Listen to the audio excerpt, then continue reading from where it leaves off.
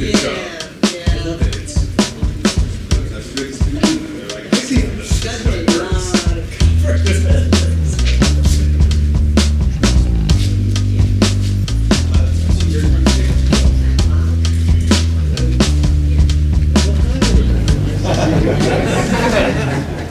I have a lot of ground to cover, but I see there's a lot of connections here. One of the first connections is the date. My mother's family came from Tucson, Pennsylvania. They moved to Portland, Oregon, where I grew up. And then I spent some years teaching at Georgia Tech, Virginia Tech, and DC. I'm in Utah, of course, thanks to the alums here.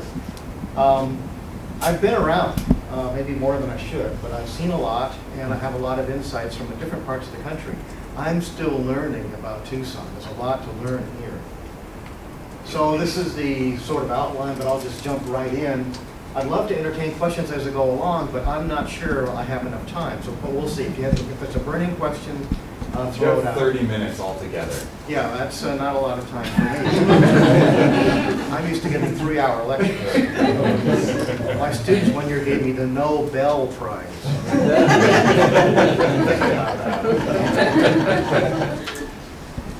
So I want to present, touch on a little piece of research we did some years ago of Metropolitan America. Robert Lang, my co-author, he's now at UNLV.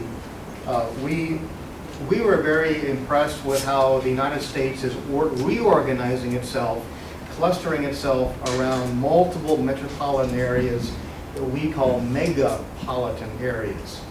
And so we've identified 23 of them. Atlanta, which is where I worked, and the DC area. Megalopolis has 3 of them, New England, New York, and Chesapeake. In our neck of the woods, we have the Southwest, which is comprised of Southern California, Las Vegas, and the Sun Corridor. So the people who are using the term Sun Corridor owe me a copyright fee because Robert Lang and I coined that term in about 2005. But notice what's missing here. There's no megapolitan area around St. Louis or Kansas City. Now our definition is that megapolitan areas means multiple metropolitan areas working as an economic, political, cultural unit. Well, in the same state we have Missouri, Kansas City, and St. Louis, and they're well within the distance range that we would have for these megapolitan areas, and they're certainly of the right size. What's going on? They don't communicate.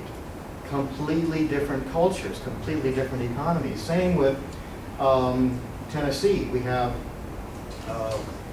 except for the Atlanta area here, Nashville does not talk to Memphis. So I had a fellow call me when the book came out in Brownsville. He says, well, what about us? We're a megapolitan area, aren't we? And yes, they're extensive around the lower Rio Grande River, but they're not big enough. Then I thought, wait a minute, I'll do some looking up, and one of the limitations of this analysis is that we don't include Canada, we don't include Mexico. So I looked up the Rio Grande area, and I found Matamoros, population 2.5 million. When you combine it with the lower Rio Grande on the US side, that's the 4 million population threshold we need to call it megapolitan.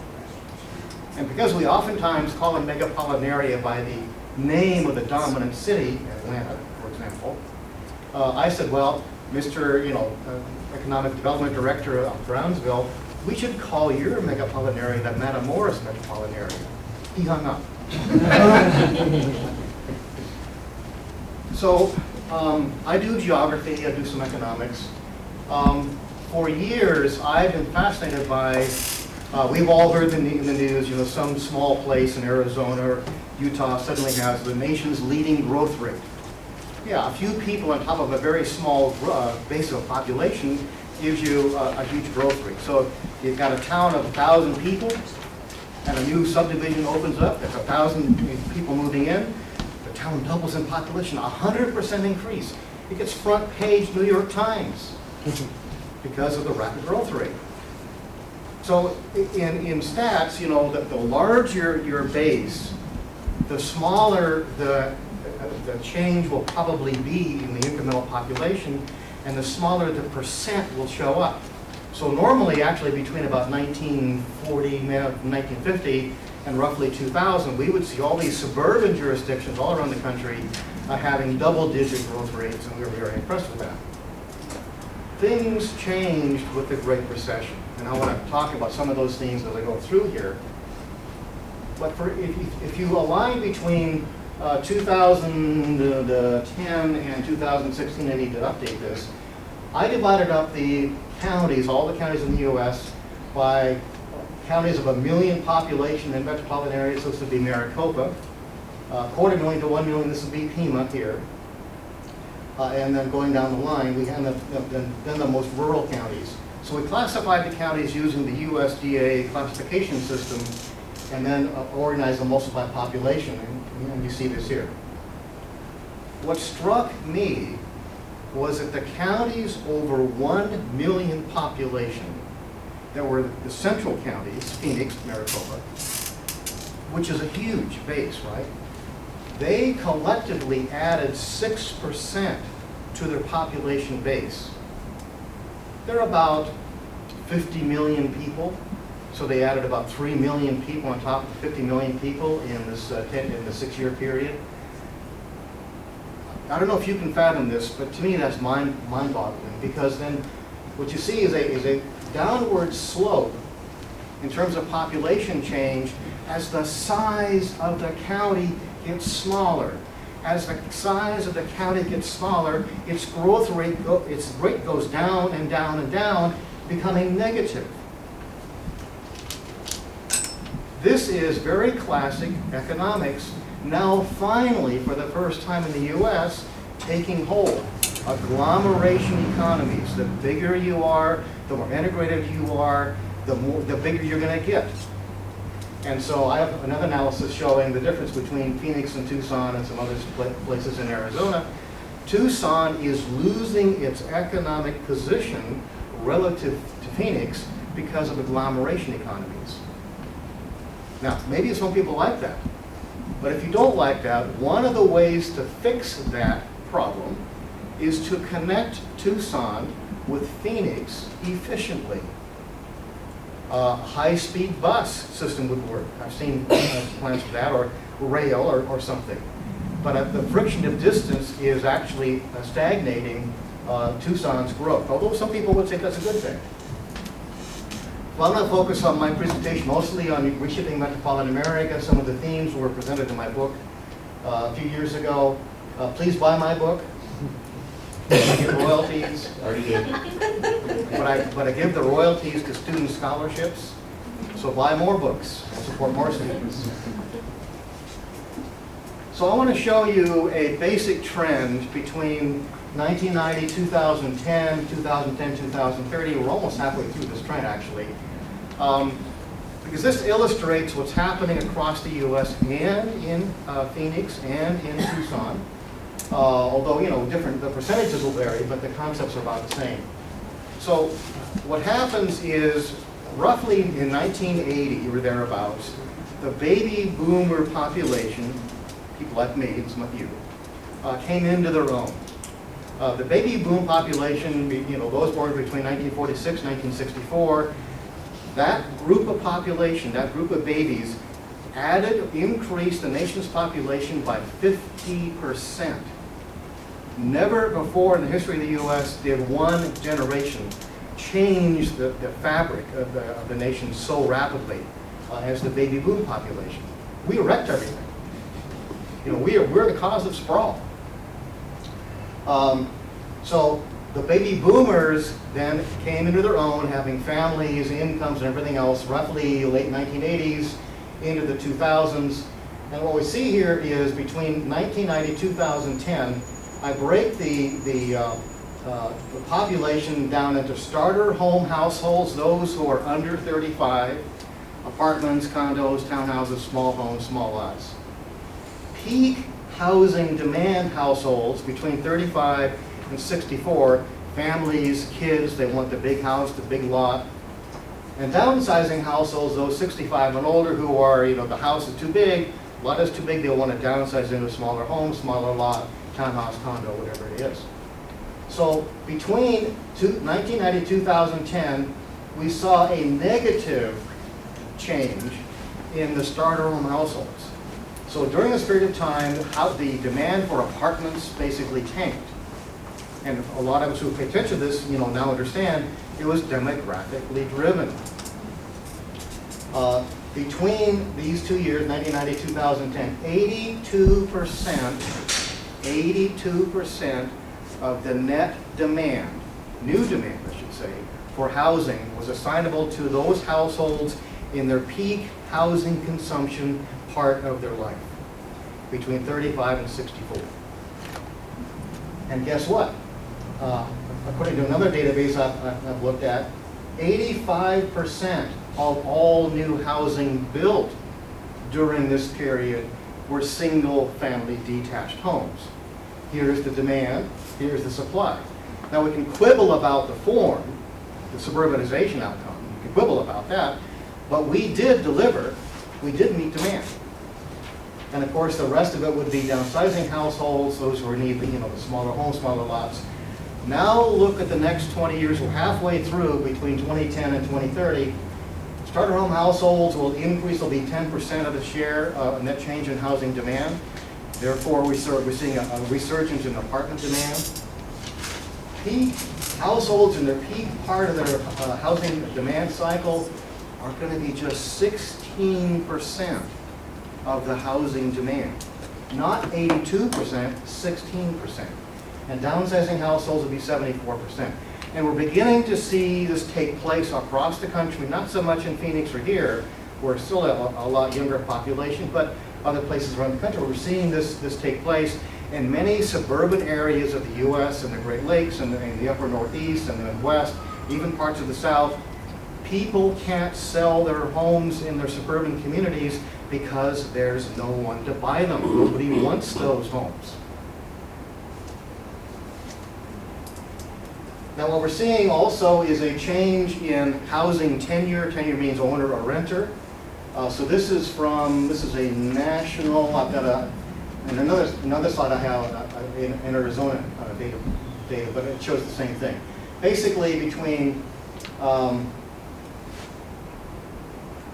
2010 and 2016, almost 80% nationwide, almost 80% of the net change in housing occupancy by tenure were renter households, not owners. I'm going to skip over that, but I will focus on this a little bit. Oh, this is the one I want. Okay. This is the one I want. So there's a lot of news about millennials and how they're going to change everything, and yeah, they will. But let's not overstate millennials. Who are the millennials here? Yeah, just don't go to have it go to your head. Let's put this in perspective. We won't change society that much. Well, we hope you will. Yeah, you might want to, but you're not going to.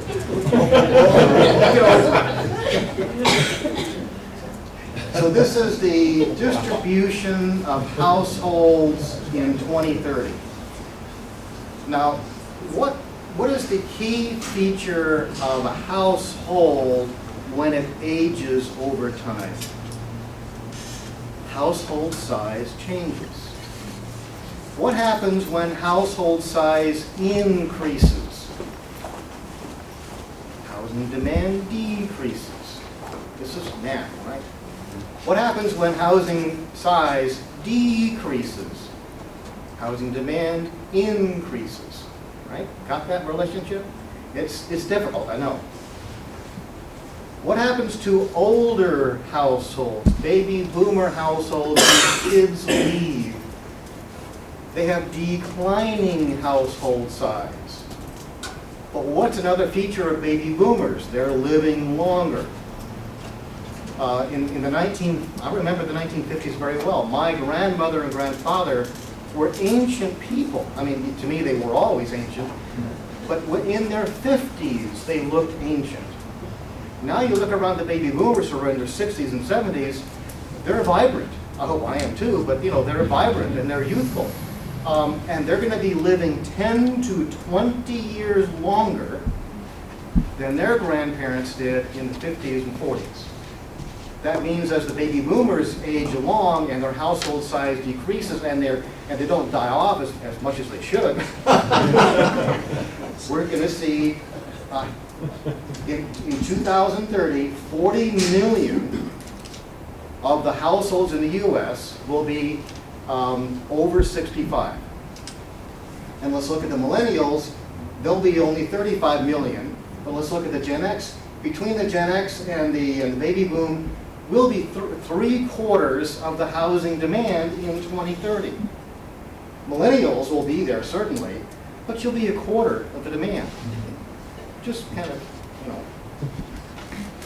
So let's move along. Let's see if there's anything else up here. Oh, yeah, declining birth rate, which is interesting. I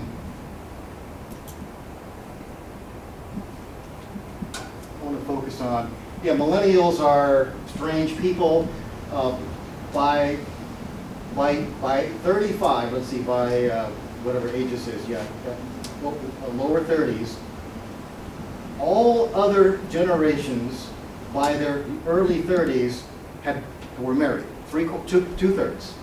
For millennials, it's not even basically over 1/4. That's a phenomenal change in life's in partnering. Okay, so we're seeing a lot of fundamental changes in our demographic structure of the U.S., and we all sort of sense this. In 1970, roughly half of the households had children in them, and half did not. That fell to about 2/3, 1/3 in 2000. By the year 2030, roughly 3/4 of households in the U.S. will not have children in them, and roughly 1/4 will. But what does this convert to in terms of changing housing demand? What it means is that between 2000 and 2030, more than 80% of the net change in demand for housing will be to accommodate households without children. That's what this change converts into. Now, we'll still have more children in 2030 than 2000, and more households with children in 2030 than 2000. But the change in the shift in housing demand will be such that 80% of the net change in demand will be to serve households without children.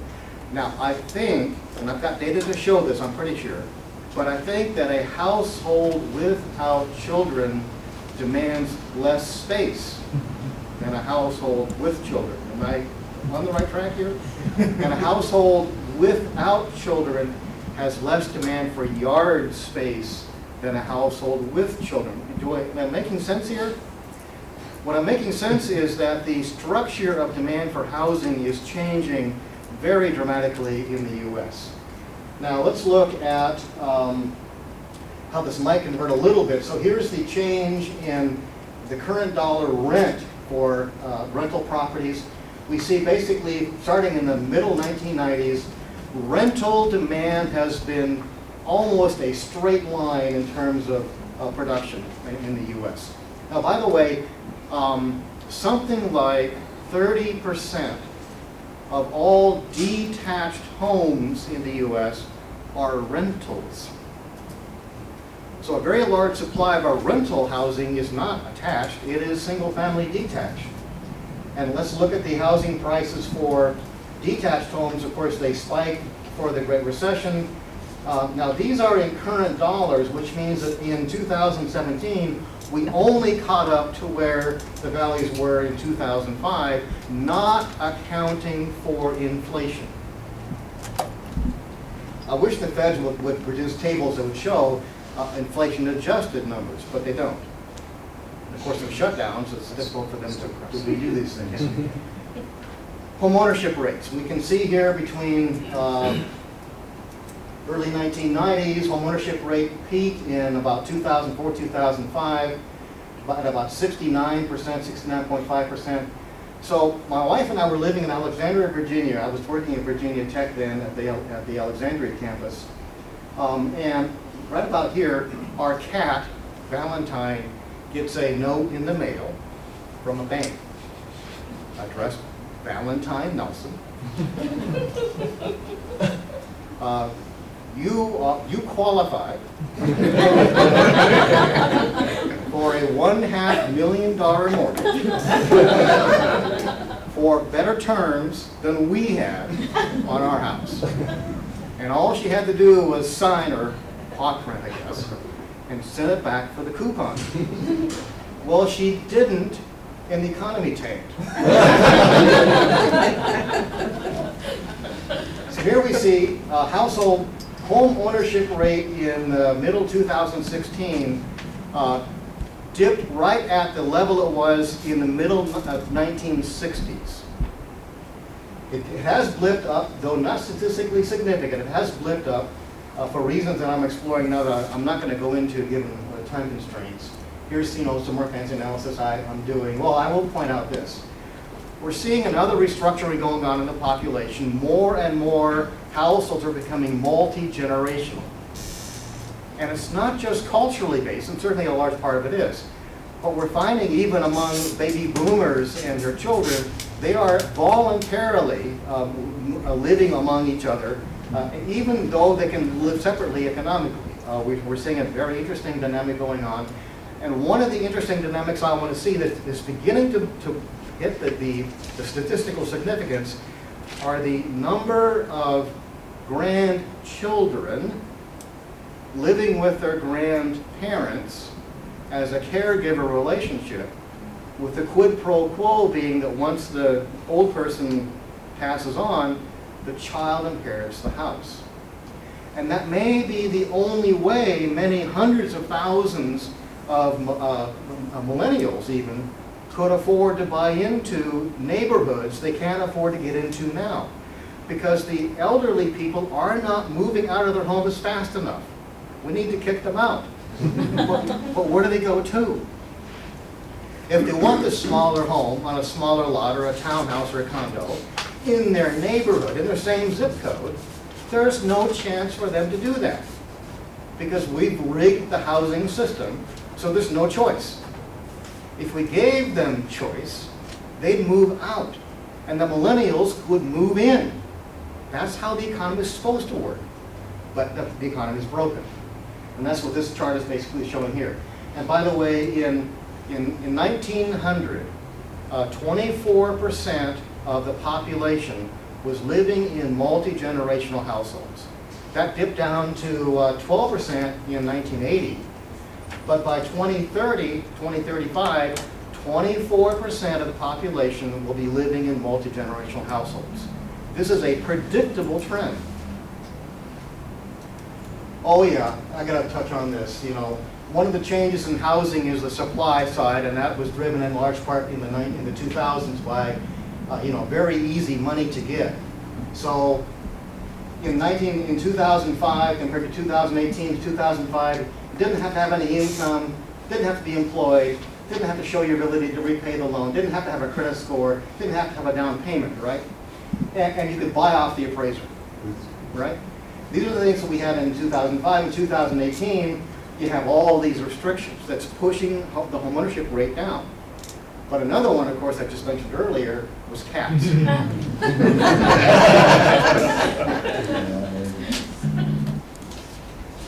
Oh, poor Ben Bernanke, and I can feel for him.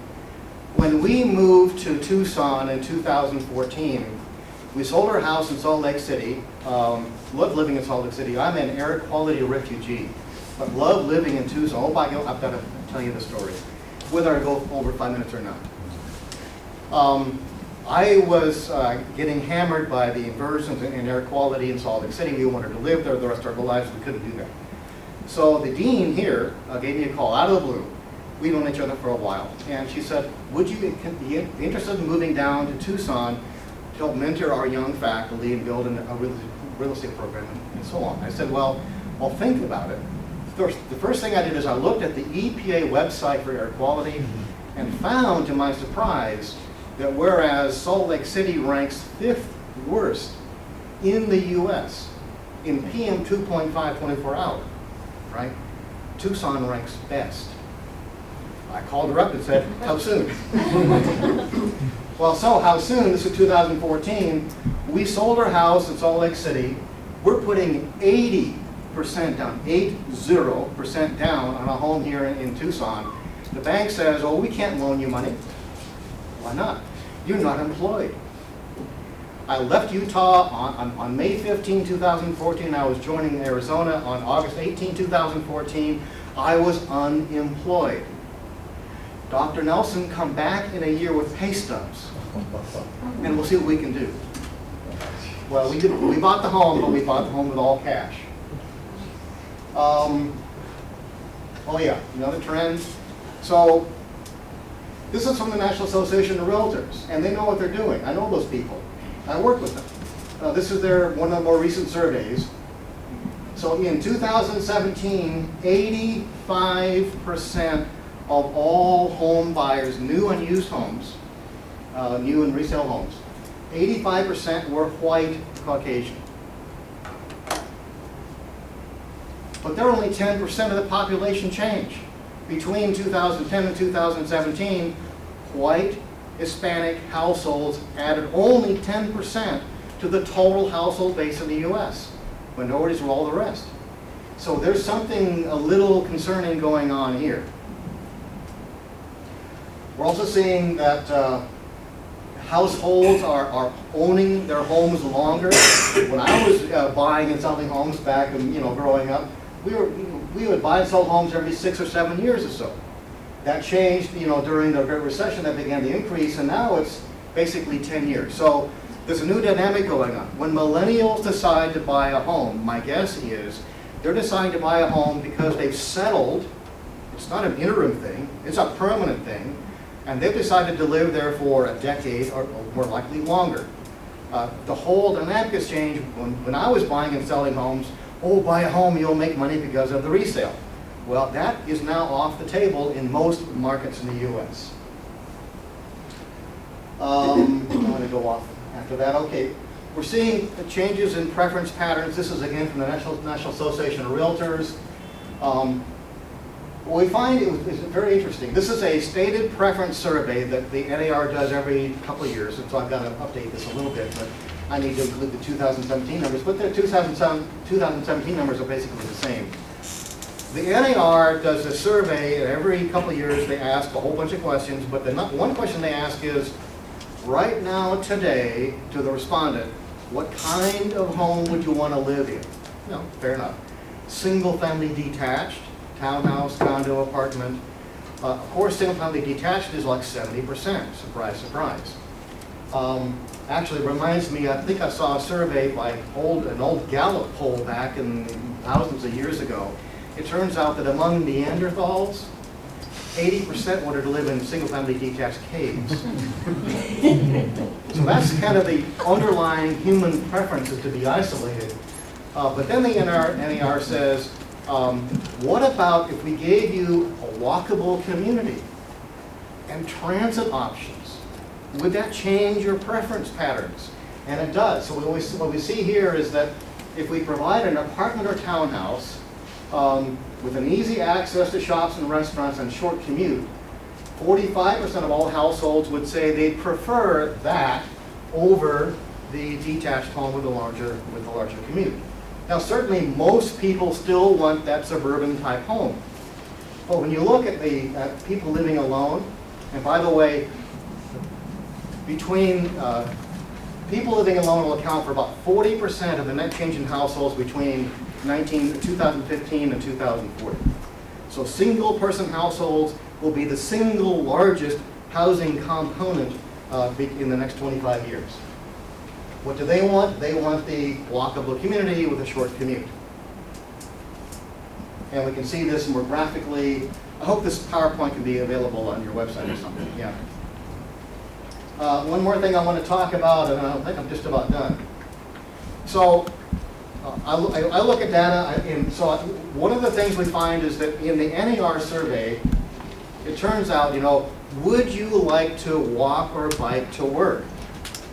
It turns out, about a quarter do want to walk or bike to work. But when you look at the actual data, only 4% of Americans walk or bike to work, give or take. We would call that a biased survey.